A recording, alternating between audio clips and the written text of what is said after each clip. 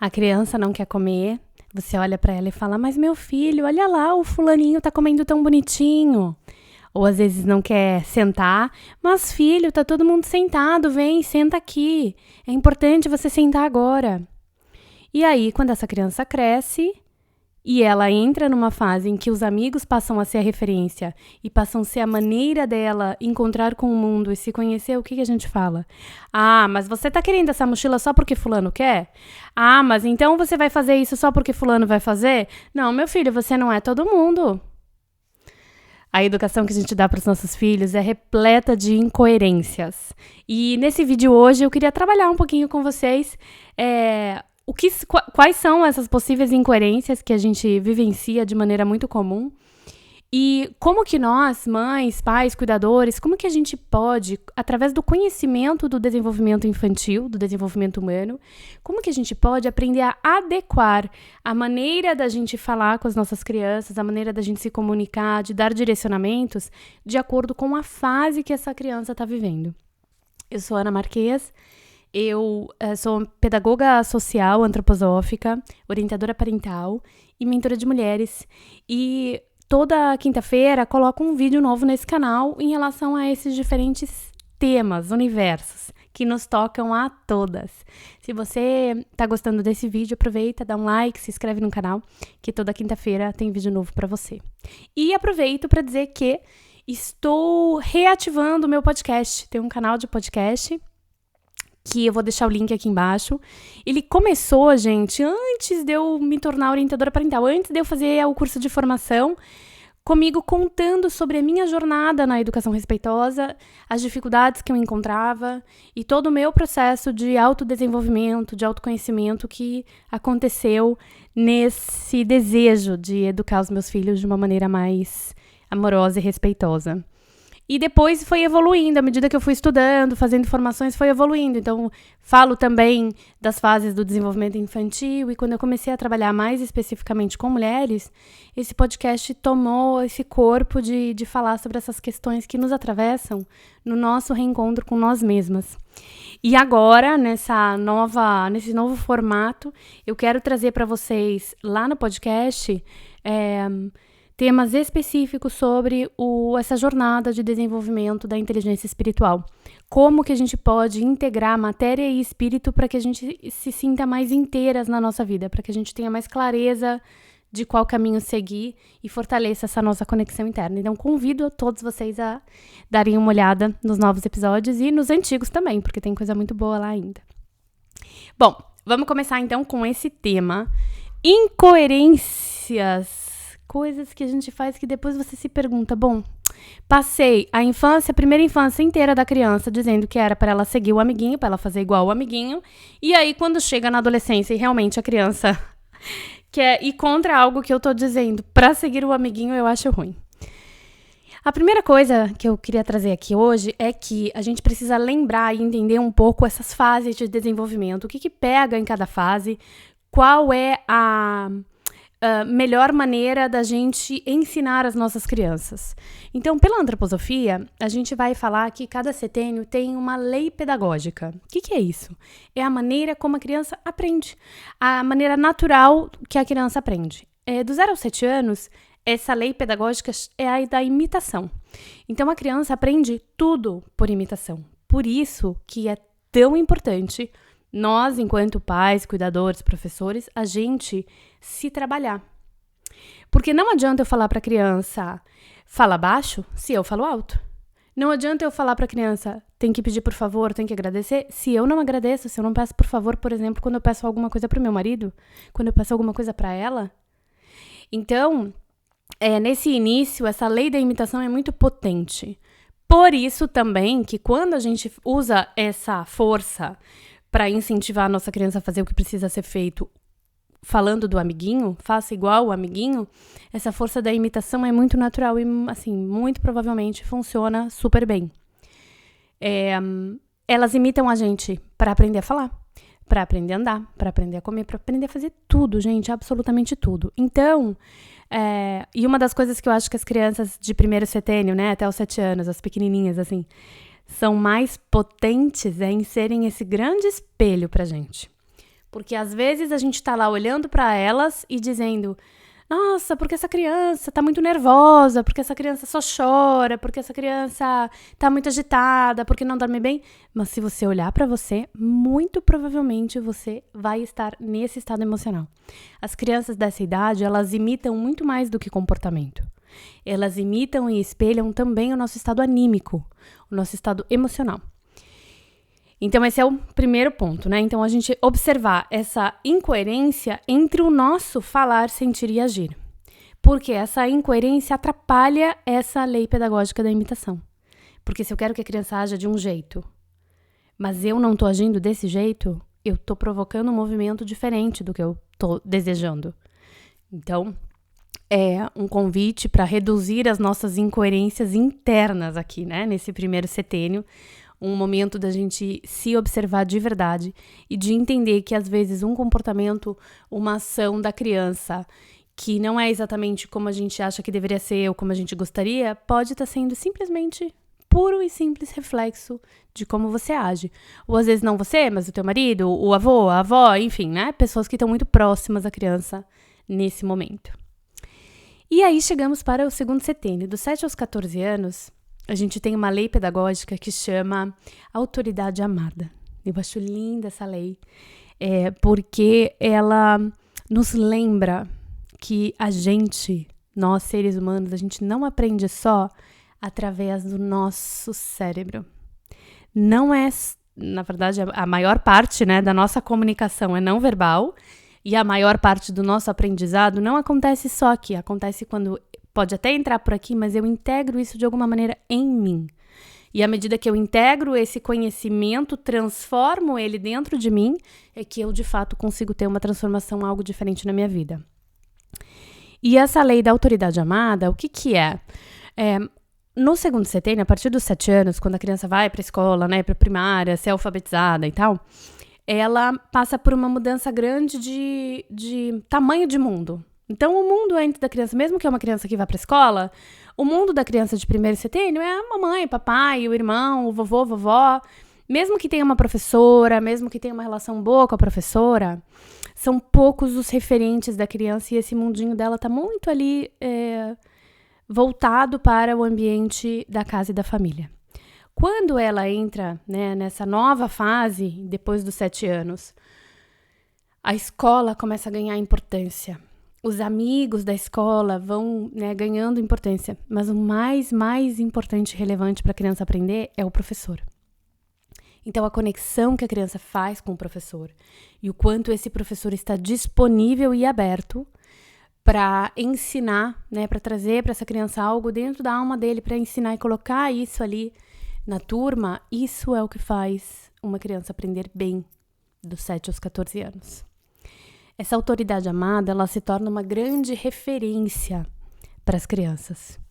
Então, aqui fica muito essa atenção nossa de pais, mas também dos professores, esse modelo, né, de quem é esse professor, como esse professor atua, como ele resolve conflitos, como ele lida com desacordos, com alguma criança que está fazendo algo diferente do que deveria ser. Tudo isso faz parte dessa relação que a criança vai construir com o professor. E através desse amor, ela aprende. E aí, começa a vir coisas para casa como: ah, não, mamãe, mas você não sabe fazer igual a minha prof, porque a prof faz desse jeito, e esse jeito é o certo. E a criança realmente entende que o jeito da prof é o certo. Tá aí a grande importância, se tem professores me escutando, grande importância desse papel nessa fase da criança. E a gente, muitas vezes, enquanto pais e mães, se a gente não está atento e bem trabalhado, a gente vai ficar irritado. Que agora só todo professor é que sabe. Ah, então é o professor que sabe. Ah, então vai lá e pergunta para tua professora, ela é que sabe. Às vezes, nós adultos, né, não sei aí na casa de vocês, mas ouvi dizer que tem uma amiga minha que, às vezes, nas nossas casas, o que acontece é que nós adultos não somos tão adultos assim, ou não somos tão maduros assim. E quando esse tipo de coisa acontece, ativa ali um ciúminho, uma raivinha, um ressentimento, e a gente precisa cuidar com isso. Por quê? Diminuir essa autoridade amada para a criança impacta na aprendizagem dela. Impacta na maneira como ela vai interagir com essa professora. Então, aqui é muito importante que pais e escola façam uma aliança, né? Tanto para os pais entenderem melhor como então a professora ensina para eu poder ajudar a minha criança em casa, nos conteúdos ou na maneira, né, no tema que estamos vivendo. E também para levar para a professora questões que vocês estão vivenciando, porque pode ser que a professora seja uma grande aliada para ajudar a gente no lidar com as coisas do dia a dia. Quando às vezes vem da boca da professora, a criança vai escutar diferente. Aí, o que acontece? Lá no terceiro setênio, entre 14 e 21 anos, gente, aí o mundo se abre muito para a criança e os amigos passam a ser o foco da relação social da criança, né? E é bem a fase que a gente conhece como adolescência. E tem toda aquela questão do se adaptar ao grupo, do pertencer, do buscar o pertencimento, às vezes, a qualquer custo. É um momento, eu falei muito nos vídeos relacionados a Rubicão e adolescência, é um momento que a criança já não é mais criança. Ela sabe que não é mais criança. E vem uma pergunta muito importante.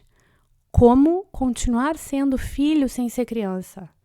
Como estar nesse lugar de que eu ainda dependo tanto desses adultos, mas eu já não sou mais criança, inclusive os adolescentes já têm muita autonomia para viver a vida do cotidiano, né? Alguns, inclusive, conseguem ficar sozinhos em casa, cozinham, sabem se virar com dinheiro, comprar coisa, porém, ainda são seres em desenvolvimento, não maduros, né? Com o cérebro ainda não maduro, e a gente ainda precisa acompanhá-los.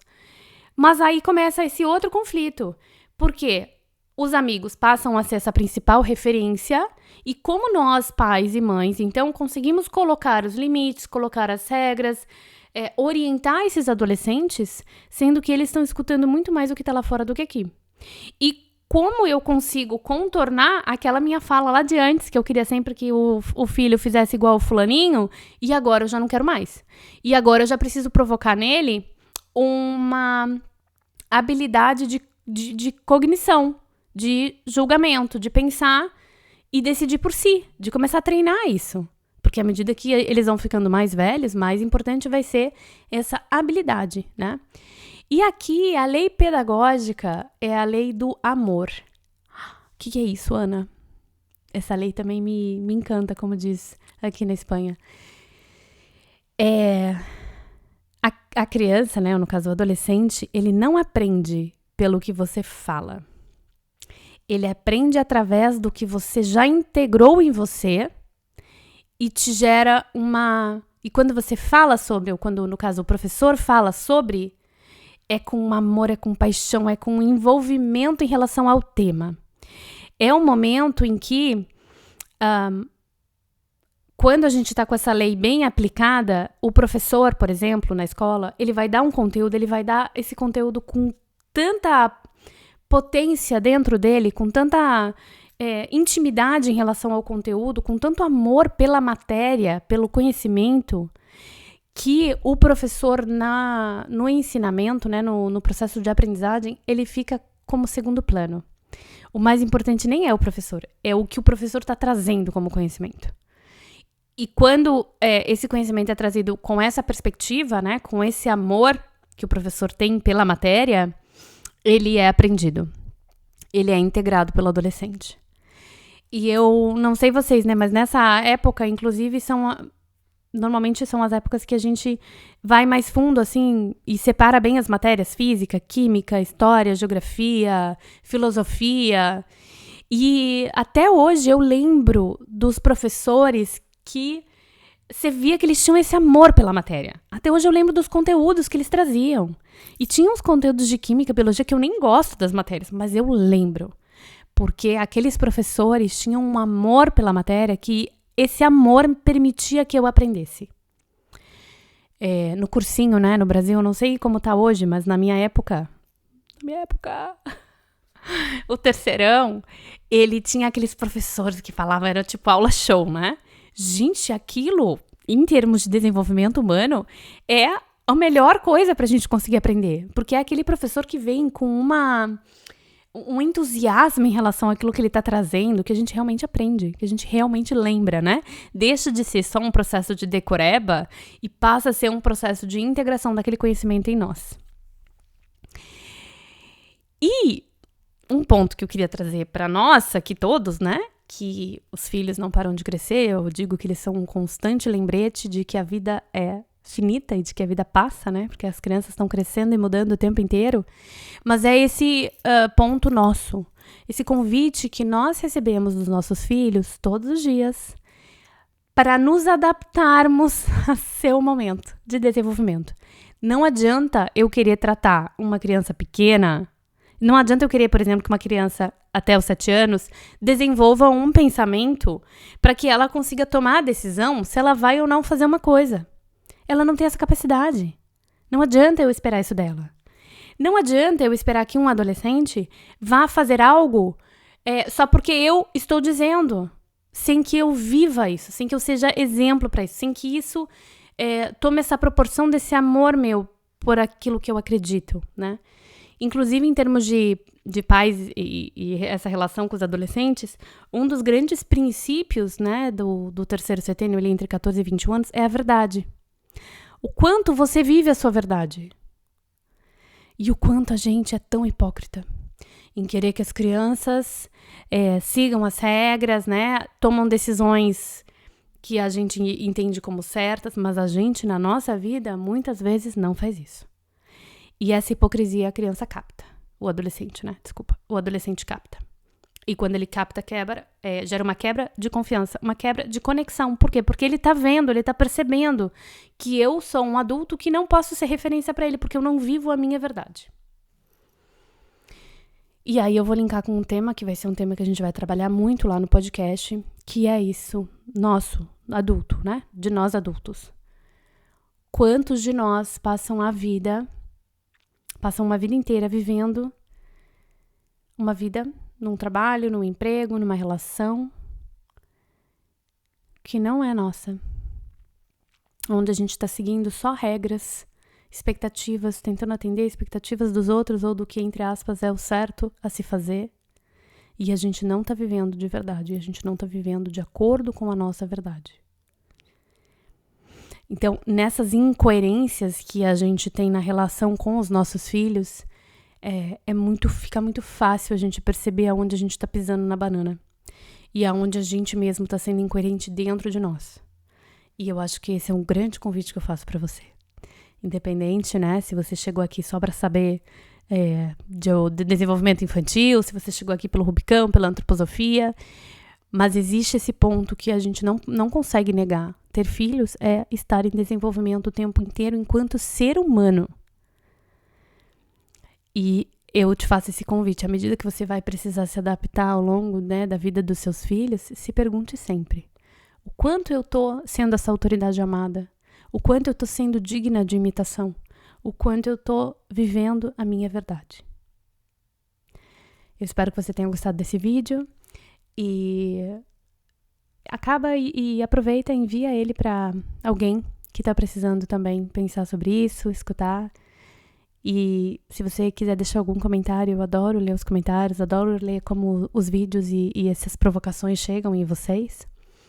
Pode deixar teu comentário que eu respondo sempre. Até o próximo vídeo.